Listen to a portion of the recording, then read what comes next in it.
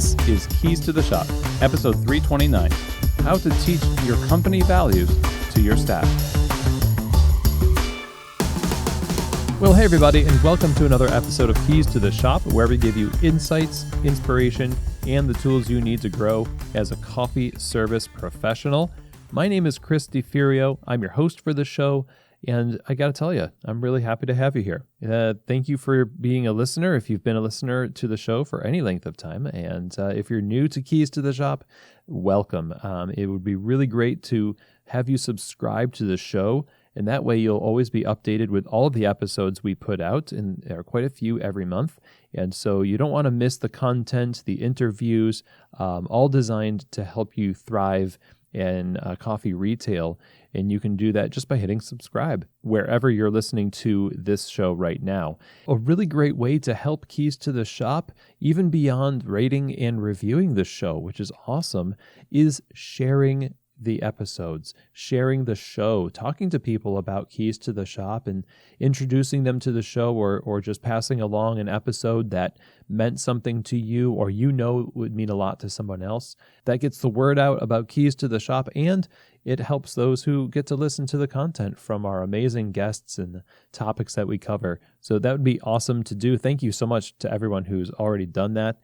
Now, one of the things I like to do on top of producing this podcast is working directly with folks like you through Keys to the Shop consulting. So whether you're just starting out in the coffee business and want to start off on the right foot, build great foundations and a sustainable coffee business, or you already have an operation, but you're wanting to expand or you're wanting to level up any area of the business, there's lots of ways that Keys to the Shop consulting can come alongside you and help you reach that level of excellence with your coffee shop. All you need to do is reach out to me to set up a free discovery call, and we'll talk all about what's going on with your business and how Keys to the Shop consulting might be able to help you. To do that, just email chris@keystotheshop.com, and I can't wait to hear from you and maybe even help you in your coffee journey. Again, that email for Keys to the Shop consulting, chris@keystotheshop.com. Now, today's episode is brought to you by the Ground Control Cyclops Brewer from Voga Coffee. Now, these folks at Voga Coffee have designed what is, I think, a revolutionary brewer. It's elevating the batch brew quality of coffee shops all over the world. It's actually changing the game for what we can expect from a cup of coffee. The SCA award-winning technology allows you to access an incredible range of flavors and give you such great control over that extraction. It's like getting to know your coffee all over again, and it levels up the customer experience of your coffee. And not only that, it's very versatile and brings a lot of efficiency to your business because you can use it to also brew tea, batched iced lattes, batched cold brew. It really is a marvelous machine, and it's something that I think you should investigate for your business. Check them out over at groundcontrol.coffee to learn more about this amazing machine. Again, if you're looking for differentiation, a quality level up, versatility, efficiency, then I highly recommend that you look into getting a Ground Control Cyclops brewer for your cafe. Again, check them out over at groundcontrol.coffee. Now, today's episode of Keys to the Shop is also brought to you by the Baristas series, which is the line of plant-based performance beverages that really guarantees your customers have an excellent coffee experience every single time with their plant-based beverage of choice, because their extensive line of plant-based beverages are created for and tested by some of the world's best baristas who are very, very picky about the quality of their products. And so you know that no matter what you end up using on your bar, if it's the Barista series, it's going to stand up to the heat from steaming, produce amazing texture, perfect for latte art in every cup, and also the taste of the beverage is going to be focused on the coffee. And so I would encourage you to go visit them over at pacificfoodservice.com. Get this in your store and try it for yourself. If you're wanting to serve your customers the best plant-based beverages, then I highly recommend you use the Barista series from Pacific. Okay, everybody. Well, today's episode is going to be talking about values, and it's all based on a question that I got from a client, a consulting client recently, about how to teach values. He was talking with the other owners of the business, and the question came up because, when I work with people, I talk about values a lot because we have to develop our values, operational values. Before we do anything, we can't really develop your operation unless you know exactly what your operation is aiming for. And so that's at the base of every kind of conversation that I have. We can't really move forward without values. But here's the thing. You do all of this work to figure out what your values are. And you do it oftentimes in a vacuum, especially if you're just starting out your coffee bar. But it could be if you're just trying to figure it out in some journaling time that you have. If you're an existing operator, you can come up with a great list of values. But how do you get people to actually own those values? What the question is, how do you teach these? And of course, implied in the question is in such a way that people get it. They not only get it, but they live it. Like these are their values now, not just your values. Most of us are used to getting a packet when we first get a job. And in that packet is a lot of well-chosen words that have a lot of deep meaning to somebody. It just ain't us, right? Why?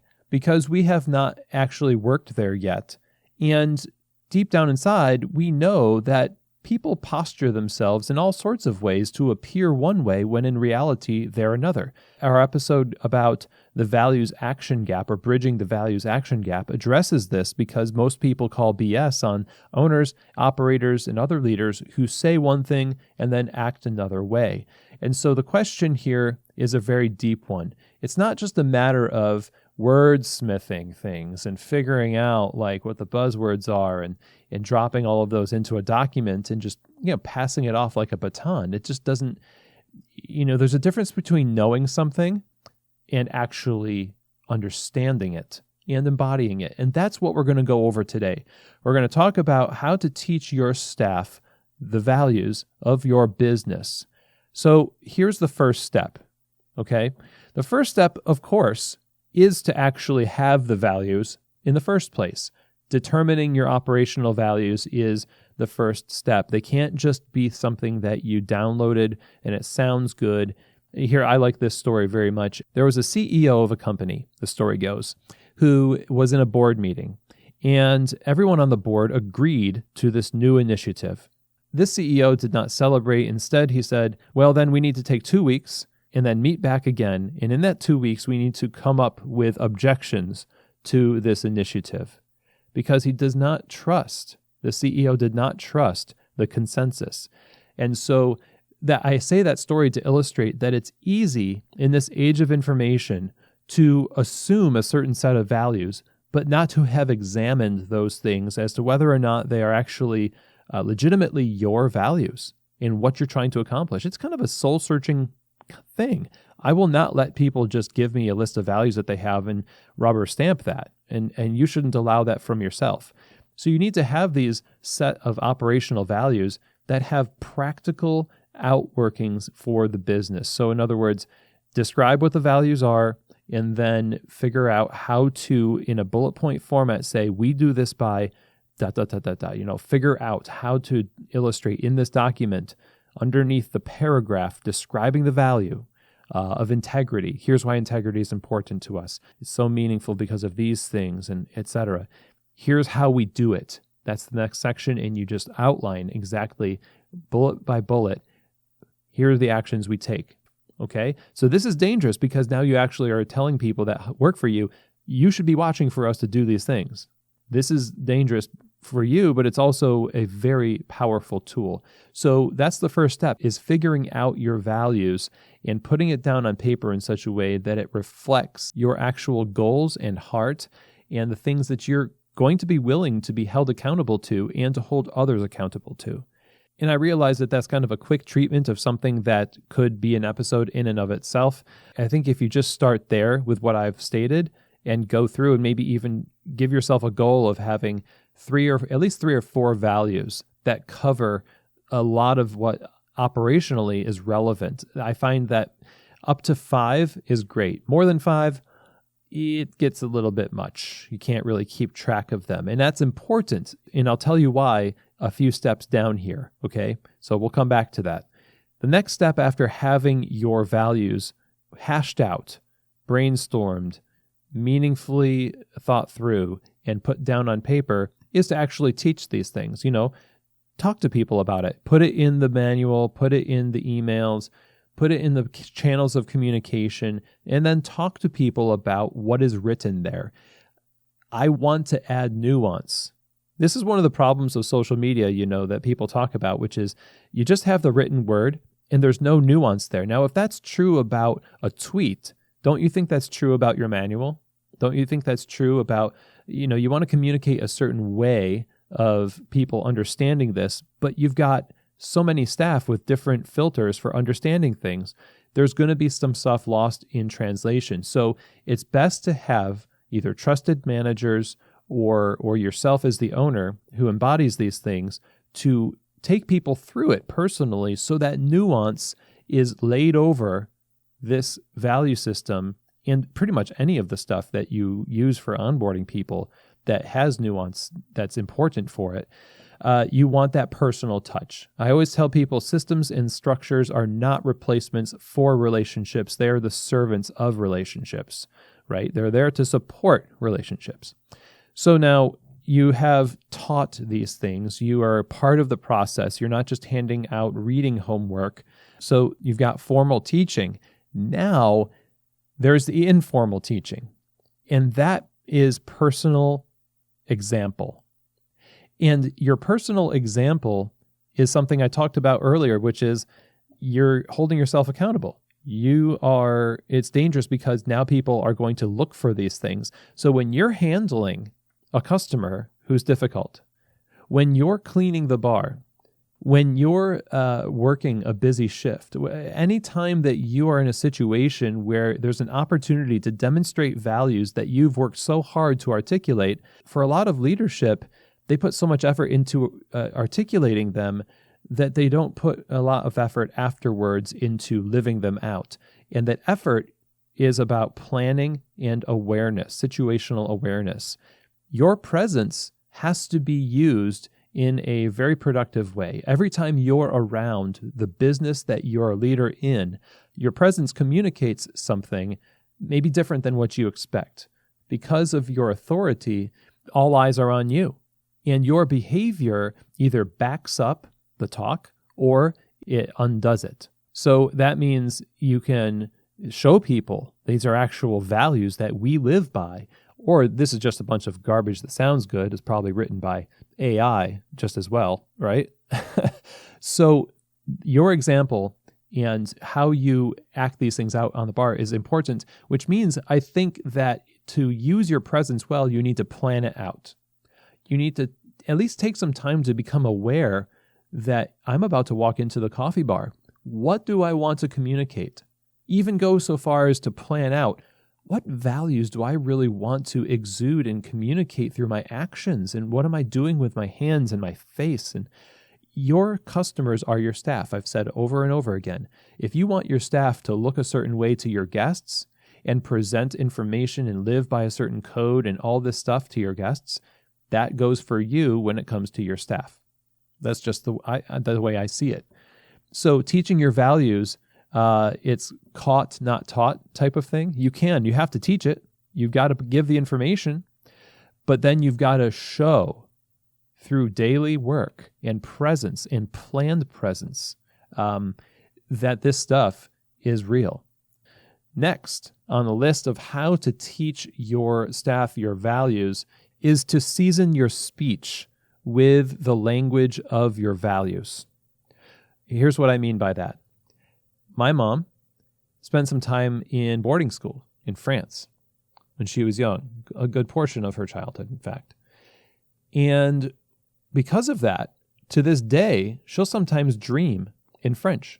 And this happens with anybody who speaks a different language. A lot of times you'll go back and forth between these things. Why? Because you were immersed in it, and in your most vulnerable state, in your most honest state, you can still operate with that language. You were immersed in it. You heard it all the time. And when you see an object, your brain could either reach for this language or the other language. When people walk into your coffee bar, you want to have them immersed in the language of your values. So the way you speak and the things you reference will help make them speak that language. It'll help them think in that language so that when you're not there to be a translator, they can actually speak it functionally and even fluently. That's how you do it. But you have to provide that immersive culture yourself. You have to be the source that shows them what this is all about and be a participant in that process. Again, it's not prescribed. It's something that you demonstrate. So the way you do this is you look for opportunities to make reference to values, and not in some hokey way and be like, oh, hey guys, guess what? This demonstrates integrity, which is one of our core values. No one wants that. Not a single person wants that. It has to be authentic. Don't be weird. Just when you're looking for opportunities and you're authentically excited about stuff, it is just going to come off as who you are. This is what we do. This is who we are. I'm excited. Wow, look at that. I'm so happy this customer had such a great experience and we were able to make their day that way.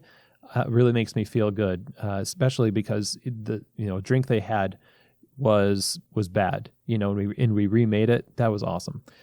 That reinforces my value of integrity because maybe I have the value of integrity, right?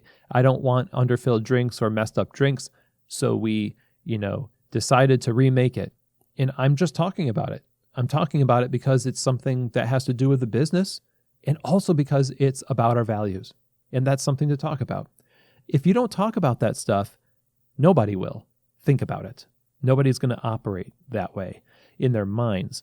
If you want people to own it, you need to, again, demonstrate and teach them how to own it through your example, and that you're always looking for these opportunities, and they're going to be like, oh yeah, I noticed that too, or I noticed that too.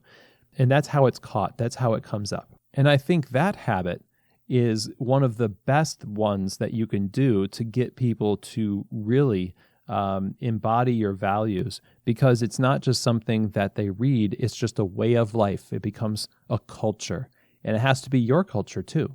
So now, next on the list of ways to teach values to your staff is to make sure that all of the materials that people turn to and the sources for clarity and knowledge that they turn to in your business usually will have an ecosystem of manager manual or barista manual, how to make espresso, policies, procedures, all that stuff, right? SOPs, systems. There's communication happening there. How many of these values and how much of this language can you use in those documents too? Now, they're not titled core values document. It may be something as mundane as sweeping the floor, but you can write out your SOP for sweeping the floor in a way that alludes to or even directly references one of the core values. In fact, direct referencing of core values, the way I kind of made fun of in speech, is a little bit more forgivable, and I maybe a lot more forgivable and received in document form. So don't be afraid to be even more explicit about, these values in these documents, because people need to understand that how we operate as a business and the tools that we use all are serving the greater purpose of the business, and that's encapsulated in those values, right? That's how we operate. That's our culture. That's what we want to cultivate, is these things in our activities. And so all of your other resources that people turn to and the tools that they use should be consistent with and even reference those values. Now, the last thing I'm going to say about values and teaching your staff your values is that for most of us in coffee, your staff are one of the things that you value. These are meant to serve people. And if you're designing a system and structure and all these other things to serve people, and you truly see your staff as not just team members, but integral parts of the business, then you're going to want to make sure that you're open to change. When we start with a fully formed set of values, I think it's fine. I walk people through this all the time. However, the coffee shop is a co-created entity. Sometimes what's going to happen is as you work together, you realize that now that you know so much about your staff and your community that they're serving and the way the business interacts with those different groups, that there's a better way to put something, or maybe there's something you need to add to your values. Just like the way that we update checklists when we no longer have to do a task or a piece of equipment changes, sometimes our values change, and that's okay.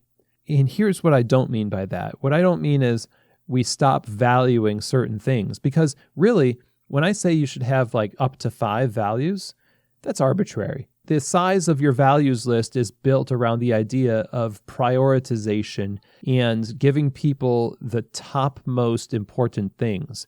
And so when I say you want to be open to changing your values as you go, really what I'm talking about is that prioritized list of things that you really want to be at the top of people's minds that makes up the major portion of the language and culture of your business.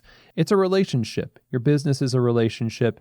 We have the episode, the conversational nature or reality, I forget which one it was, of your business. And I'll reference that in the show notes for you to listen to later as well. I think that would go along with what we're talking about very nicely. So those are some of my tips. We have 5 things that I've talked about here that I think will help you teach your staff your values. In other words, really get them to embody them. And as you go through this process, I think you'll be surprised at how much more you embody these values as well. And it'll make a huge impact, not only on your staff, but on the way that customers perceive your business. They might not be able to put their finger on it, but boy, do they know they've entered a place that is authentic, consistent, and truly lives their values. So I hope that you found this episode helpful today. If you have any questions, comments, or feedback for me about this episode or any other on the show, feel free to email me, chris@keystotheshop.com. That's also the email where you can reach me for Keys to the Shop consulting, chris@keystotheshop.com. Now, as we're talking about values and teaching and training, a great place to get resources for running a great coffee business is Coffee Fest. Coffee Fest is 30 years old this year. That means for 3 decades, they've been offering the best event for coffee retailers in the world. The value is unbelievable. The lectures, the workshops, trainings, competitions, the trade show floor, the community is absolutely on point, and it gets better every year because it's designed around what's currently needed for running great coffee shops, along with the feedback that they get from attendees who have had lots of life-changing moments at Coffee Fest. This year, Coffee Fest is going to New York, Chicago, Los Angeles, and Seattle. And you should also check out Coffee Fest 365, their new online platform. And for those in-person shows, you can get 50% off your registration fee when you use the code KEYS. So that's a really great deal. Go to coffeefest.com, register you and your team today. And for any of the 2022 shows, just use the code KEYS. You get 50% off registration. Again, for more information, go visit them over at coffeefest.com. And with that, everyone, it is the end of our show today. Thank you so much for taking the time to listen. Don't forget to subscribe and share these episodes and share the show with the people that don't know.